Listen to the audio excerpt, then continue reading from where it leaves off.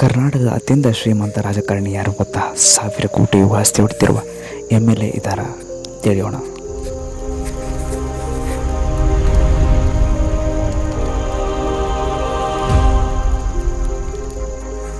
ಐದನೇ ಸ್ಥಾನದಲ್ಲಿ ಹೋದರೆ ಎಂ ಕೃಷ್ಣಪ್ಪ. ಇವರು MLA ಚನ್ನಪಟ್ಟಣದ MLA ಆಗಿದ್ದು ವಿಧಾನಸಭಾ ಕ್ಷೇತ್ರದ.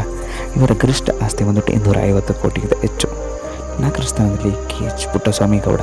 ಇವರು ಹೆಮ್ಮೆಯವರು ವಿಧಾನಸಭಾ ಸದಸ್ಯರಾಗಿದ್ದು ಗರಿಷ್ಠ ಆಸ್ತಿ 260 ಕೋಟಿಗೂ ಹೆಚ್ಚು.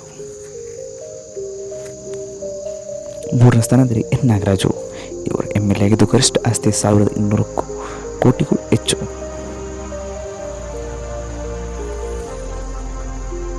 2ನೇ ಸ್ಥಾನದಲ್ಲಿ ಬರ್ತಾರೆ MTP ನಾಗರಾಜ್. ಇವರು MLA ಆಗಿದ್ದು ಗರಿಷ್ಠ ಆಸ್ತಿ 1200 ಕೋಟಿಗೂ ಹೆಚ್ಚು.